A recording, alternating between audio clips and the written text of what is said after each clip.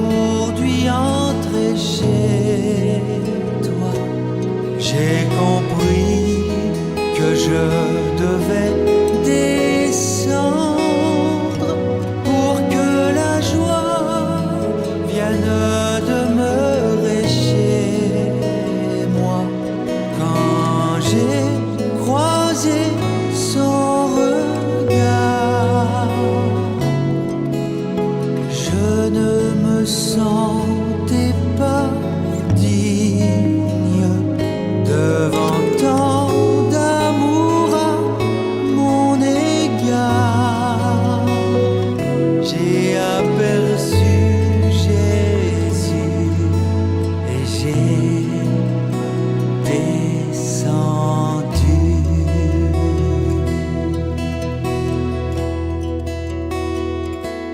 J'étais pour les miens qu'un pauvre riche, un voleur, mais j'ai rencontré le Seigneur.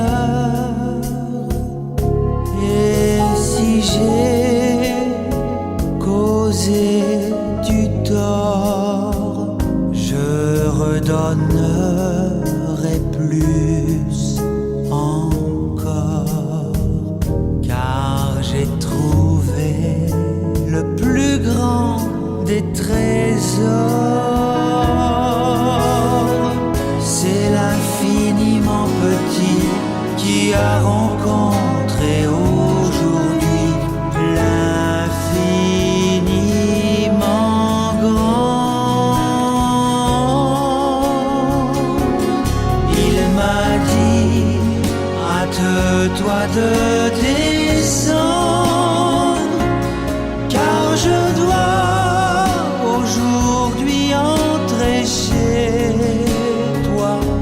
J'ai compris que je devais descendre pour que la joie vienne demeurer chez moi. Quand j'ai croisé son regard, je ne me sentais pas digne devant tant d'amour à mon égard. J'ai aperçu Jésus et j'ai descendu. J'ai aperçu Jésus et j'ai descendu.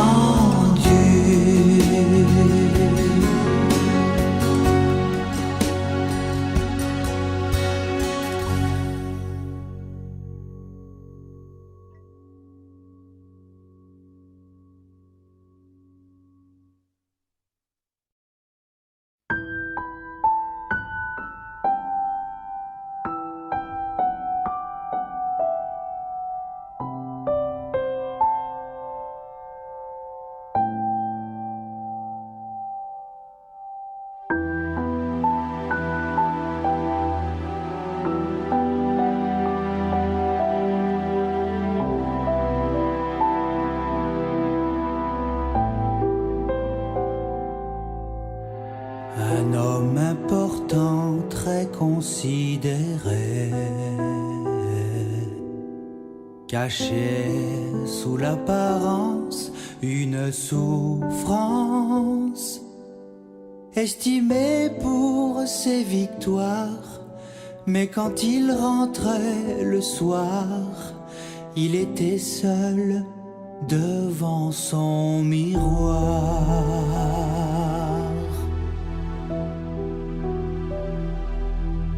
Soudain, une petite fille parle d'une manière qui va révéler une lumière. Ils sont éclairés par elle. Il paraît qu'en Israël se trouve dans un lieu un prophète de Dieu. Alors cet homme vaillant et fort prit son argent et son or, mais tous ses moyens ne lui serviront de rien. Il fallait s'humilier,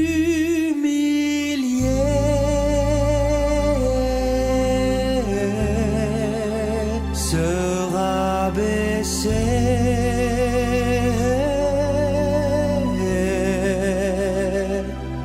pour être lavé et purifié.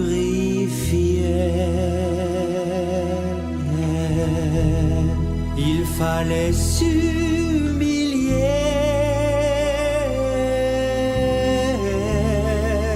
se rabaisser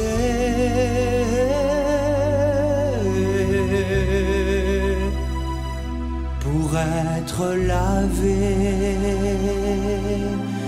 et purifié.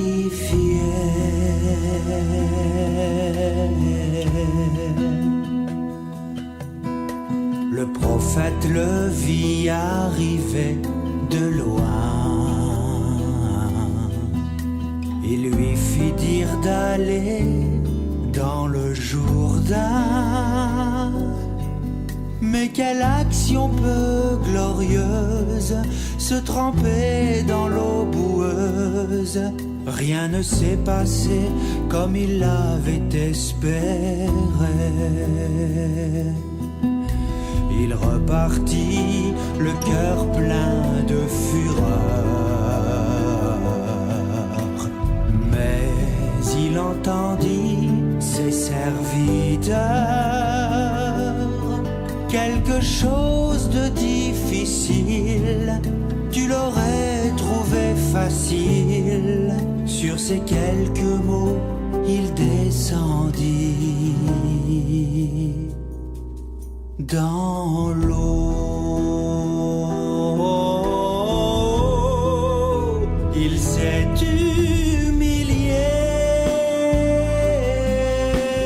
il s'est rabaissé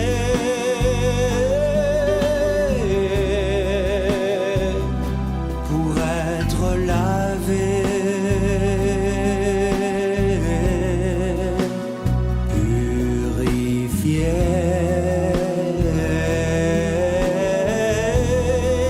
il s'est humilié,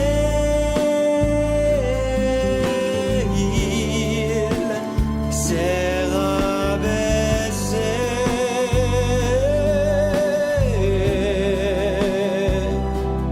il s'est humilié, il est sauvé.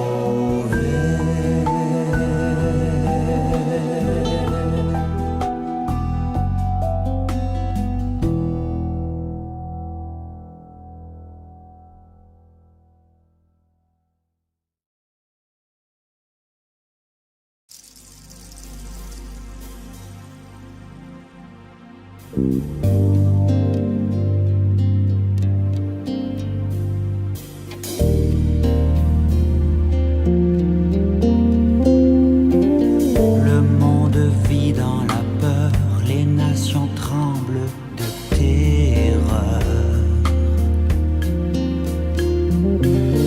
Les filets de l'oiseau leur a épouvanté les demeures. Mais ce fléau ne sera jamais plus haut que le Très-Haut.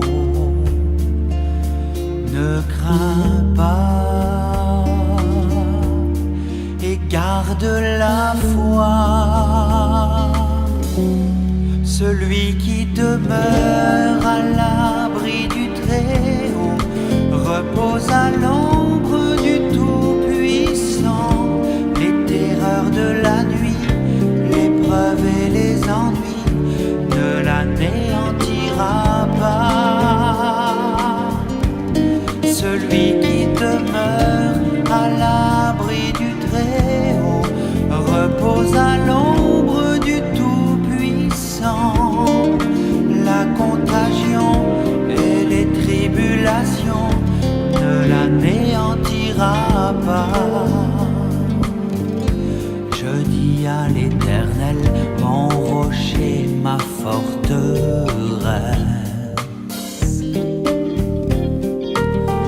En lui je me confie, il veille sur moi sans cesse.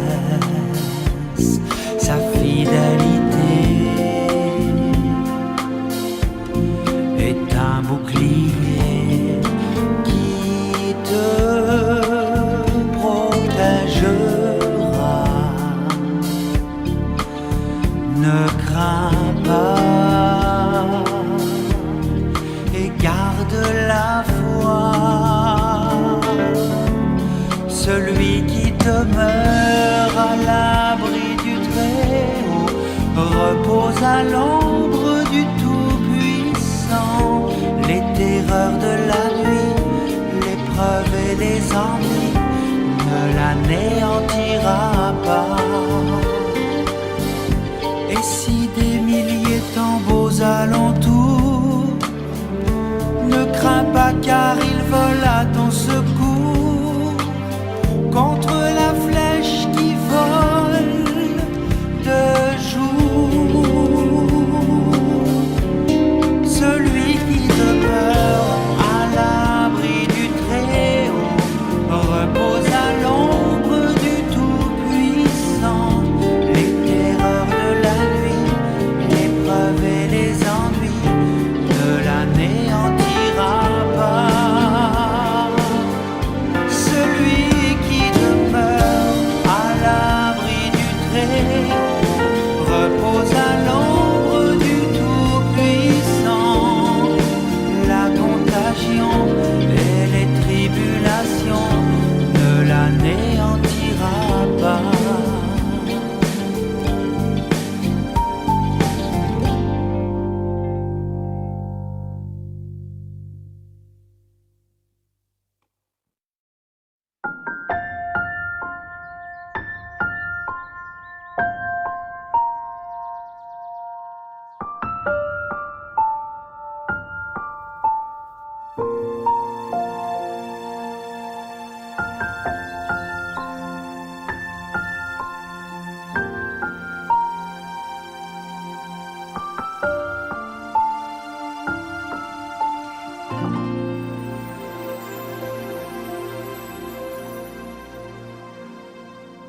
Je voudrais vous raconter ce qui s'est passé.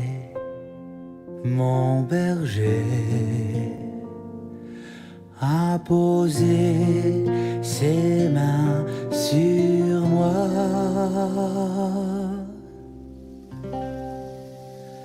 Il est là, ce n'est pas qu'un rêve. Il est là quand je me lève. Je sens sa présence. Mon berger est avec moi. Il est là quand je m'endors. Il est là quand je sors. Je suis dans ses bras. Mon berger est avec moi. Il est infiniment grand, j'ai confiance en lui. Je sais qu'il est là. il est ma sécurité dans l'obscurité. Je ne crains rien, il est là dans l'orage, il est là comme un message d'amour et d'espoir, chaque jour et chaque soir. Il est là dans l'épreuve, il m'en a donné la preuve. Je sens sa présence, mon berger est avec moi. Il est infiniment grand, j'ai confiance en lui. Je sais qu'il est là, il est là. Ce n'est pas qu'un rêve, il est là quand je me lève.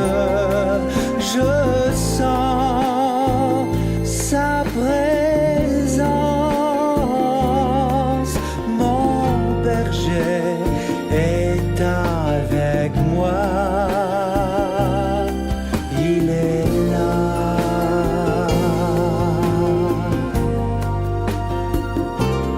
Il est là.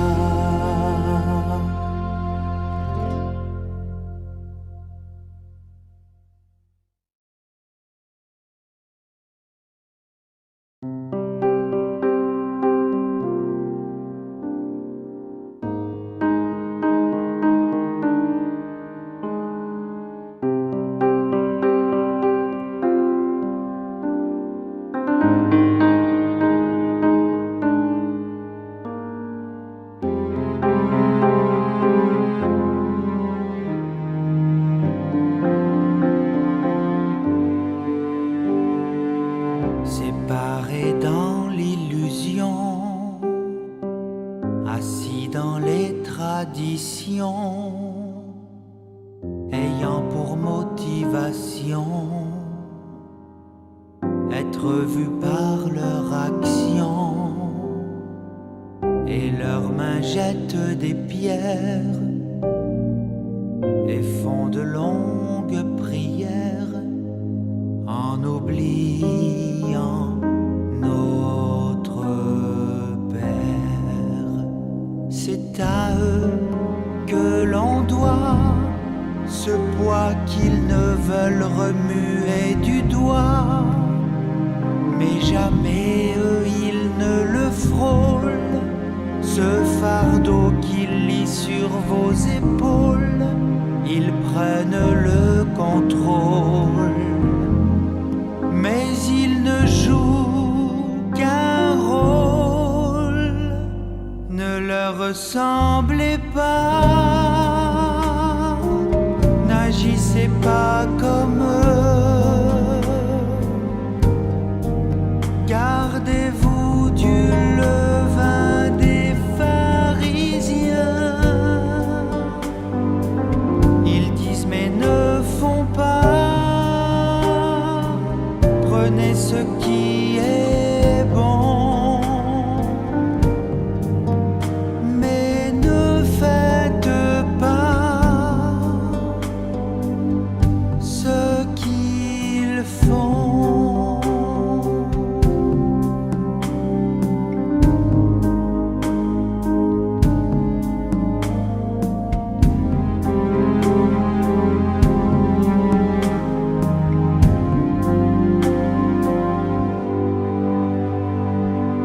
Ils vont selon leurs coutumes, comme un pan ouvre ses plumes et cache sous leur costume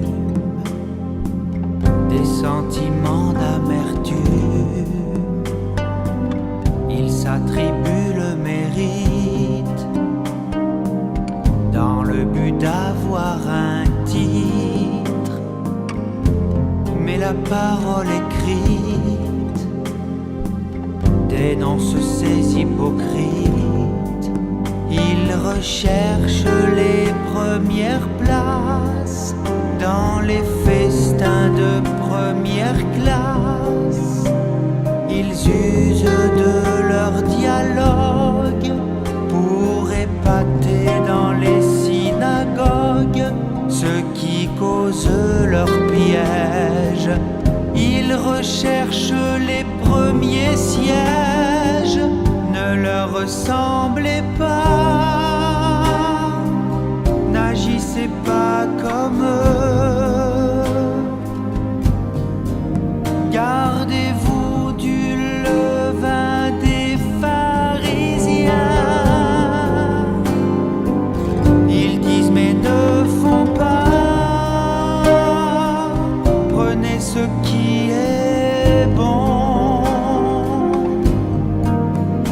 mais ne faites pas ce qu'ils font.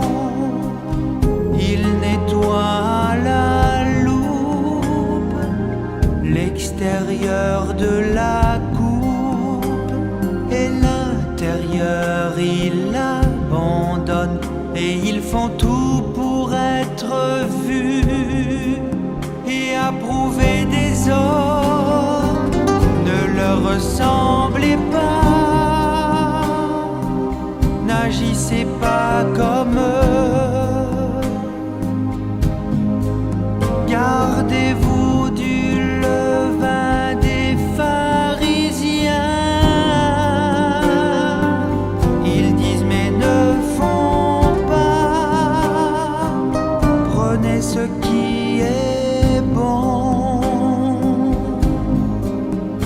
mais ne faites pas ce qu'ils font,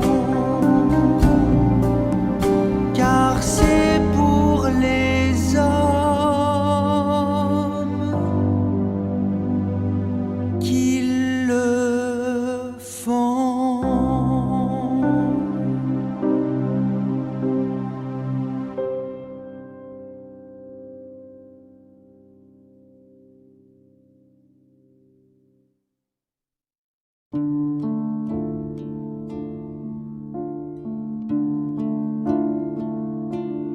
Elle fut dressée au centre de la terre, sur la montagne comme un paratonnerre.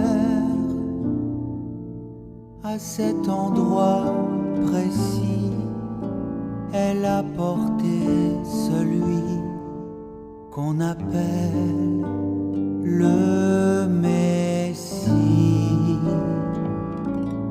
Objet de terreur et de malédiction,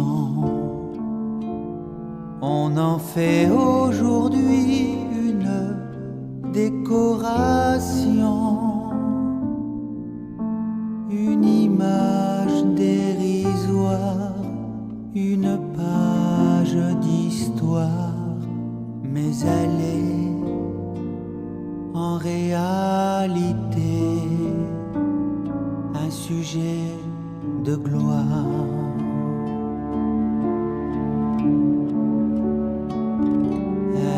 Elle est l'emblème et le symbole de la victoire, comme le trophée d'un héros qui a triomphé. Elle est l'emblème de la victoire sur le péché, comme le trophée d'un héros qui a tout gagné.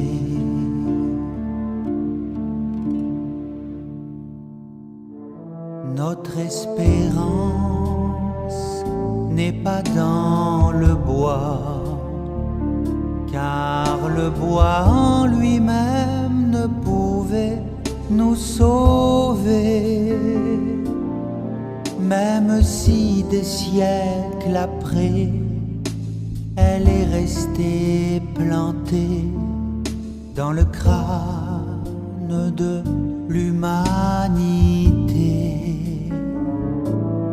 Beaucoup de gens la portent autour du cou, sans pour autant s'en charger de partout.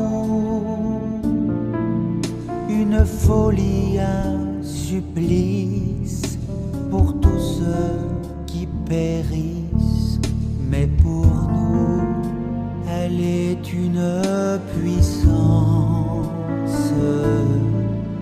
de Dieu. Elle est l'emblème et le symbole de la victoire, comme le trophée d'un héros qui a triomphé. Un mémorial triomphal à tout jamais. On la retrouve où que l'on aille, même dans les funérailles. Elle a révélé l'amour au plus haut degré. Quand Jésus s'y est offert de son plein gré pour nous sauver, elle est l'emblème et le symbole de la victoire, comme le trophée d'un héros qui a triomphé. Un mémorial de la victoire sur le péché, comme le trophée d'un héros qui a tout gagné.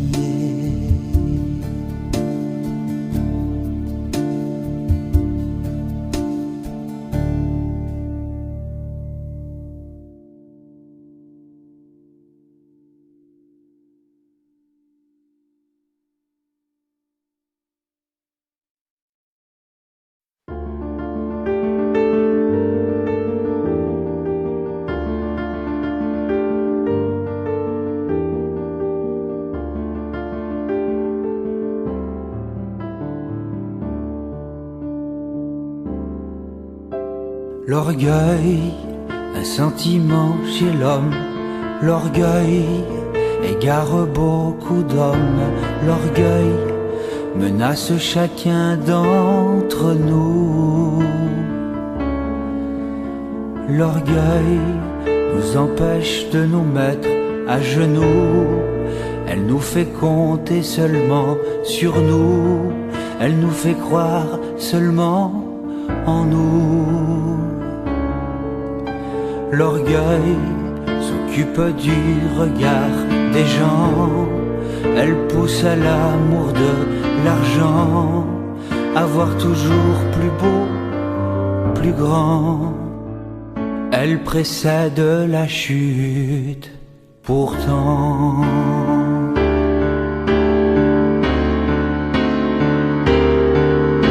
Mais l'humilité précède la gloire. Ce sentiment qui nous rend comme des enfants, mais triomphants.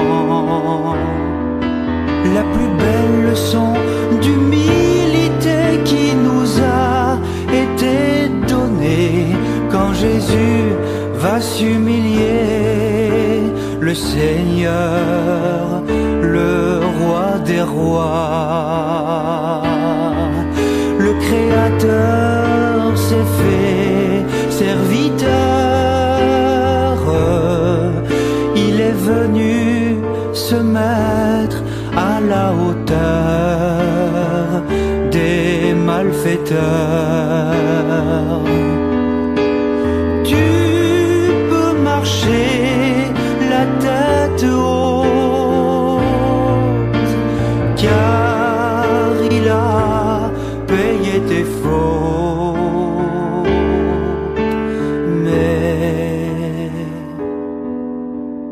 L'orgueil est un péché fait pour t'empêcher de t'engager et de t'afficher. Pourtant ton cœur est bien touché. L'orgueil nous empêche aussi de pardonner pour une parole qu'on a donnée. L'orgueil nous fait déraisonner. Les cieux sont cachés aux yeux des prétentieux, car Dieu résiste aux hommes orgueilleux. Les cœurs lointains, les regards hautains. Les simples et les humbles hériteront la gloire. Dieu a mis en nous cet espoir. Tu peux l'accepter dès ce soir. Mais l'orgueil, un sentiment chez l'homme, l'orgueil égare beaucoup d'hommes. L'orgueil, on peut la vaincre en s'humiliant.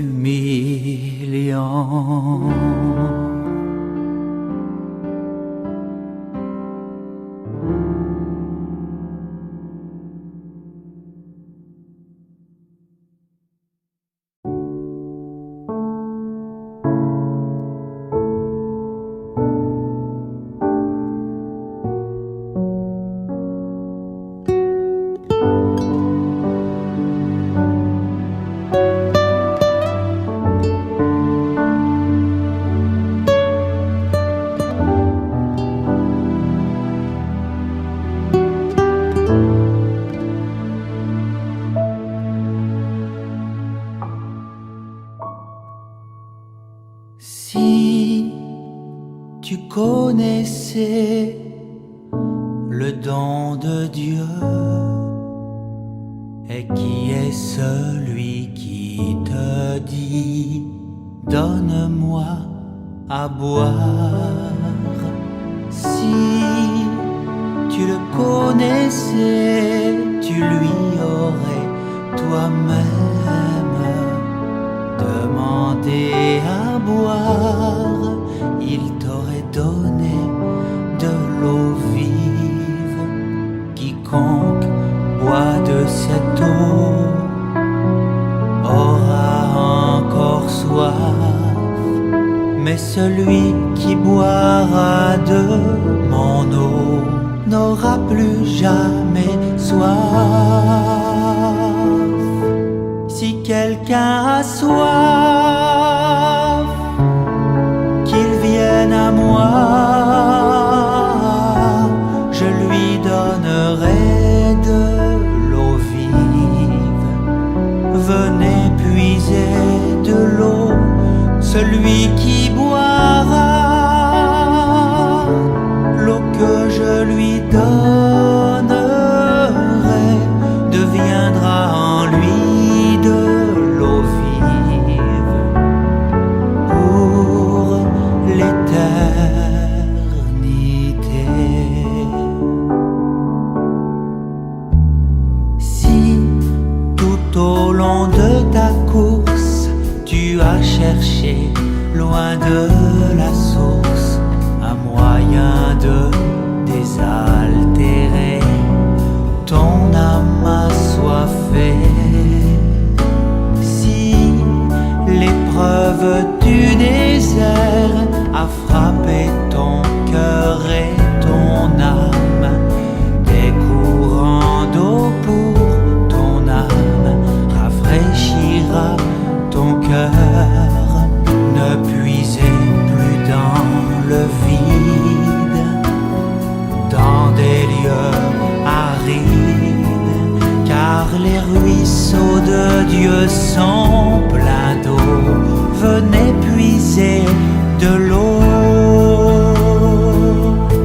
Si quelqu'un a soif, qu'il vienne à moi, je lui donnerai de l'eau vive. Venez puiser de l'eau. Sois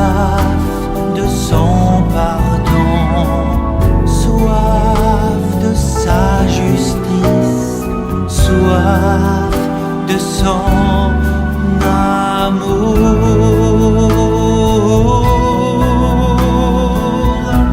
Si quelqu'un a soif, qu'il vienne à moi, je lui donnerai de l'eau vive. Venez puiser de l'eau, celui qui boira l'eau que je lui donnerai deviendra en lui de l'eau vive qui jaillira dans l'éternité.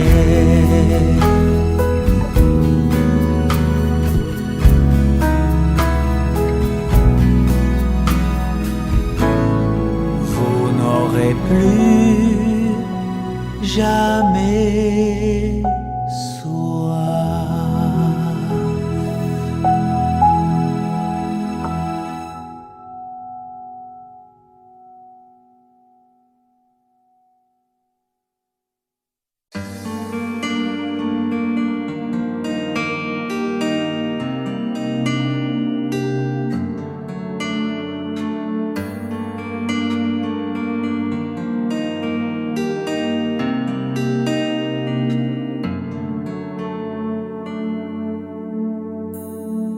Il est la racine de tous les maux, il est à l'origine des fléaux, il est un bon serviteur, mais un mauvais maître sans cœur. Il passe d'une poche à une autre et traverse d'un cœur à un autre comme un fleuve qui, malgré le temps, ne peut remplir les océans. L'amour de l'argent.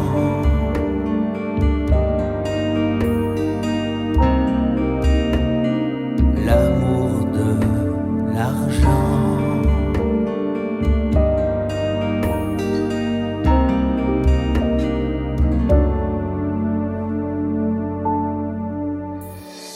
On ne peut servir de maître à la fois. Certains en ont abandonné la foi sous l'emprise d'une entreprise amorcée par la convoitise. Quelques-uns l'aiment au point d'en être possédés par une extrême avidité de posséder un mirage, un engrenage qui influence les gens. L'amour de l'argent.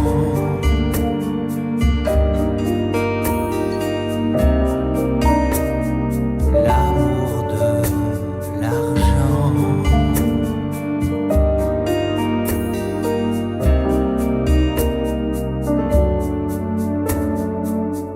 Il désunit les familles et les amitiés pour un partage, un héritage injustifié. Ils se sont jetés eux-mêmes dans les tourments, dans les problèmes. L'évangile de prospérité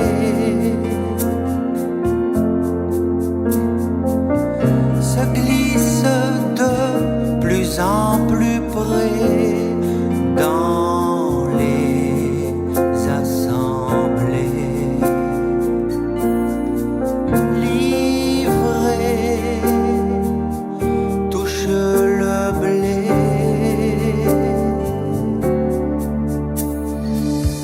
Le malin est venu jeter la part du gain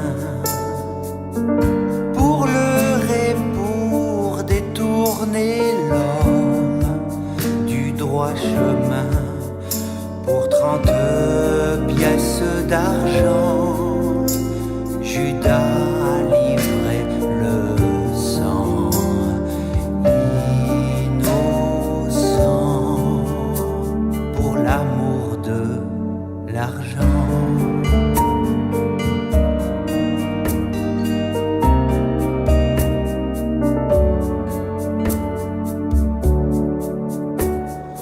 Le bon maître est sorti de son tombeau après avoir payé pour tous les maux, mais sans or et sans argent, mais au prix de son propre sang. Son esprit passe d'un cœur à un autre pour ceux qui se repentent de leurs fautes. Il leur offre gratuitement le salut, le contentement. Venez acheter du vin et du lait, sans or, sans argent et sans rien payer.